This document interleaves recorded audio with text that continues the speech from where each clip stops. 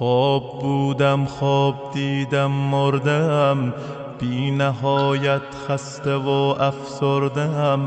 تا میان گور رفتم دل گرفت، قلب کن سنگ لحد را گل گرفت.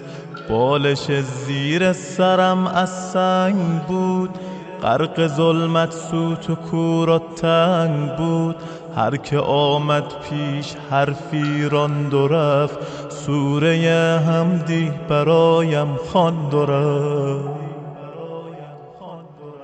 خسته بودم هیچ کس یارم نشد، تشنه بودم در پی یک جرعه آب.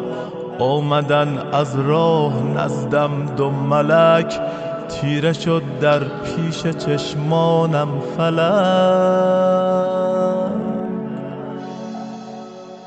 یک ملک گفتا بگو دین تو چیست، دیگری فریاد زد رب تو کیست. گرچه پرسش ها به ظاهر ساده بود، لرزه بر اندام من افتاده بود.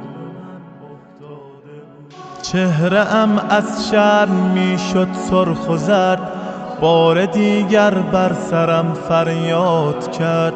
در میان عمر خود کن جستجو، کارهای نیک و زشتت را بگو. هرچه می کردم به اعمالم نگاه، بر زبان آوردنش دشوار بود. چاره ای جز لب فرو بستن نبود، گرز آتش بر سرم آمد فرو. چون ملائک ناامید از من شدن، حرف آخر را چنین با من زدن. عمر خود را ای جوان کردی تباه، نامه اعمال تو باشد سیاه.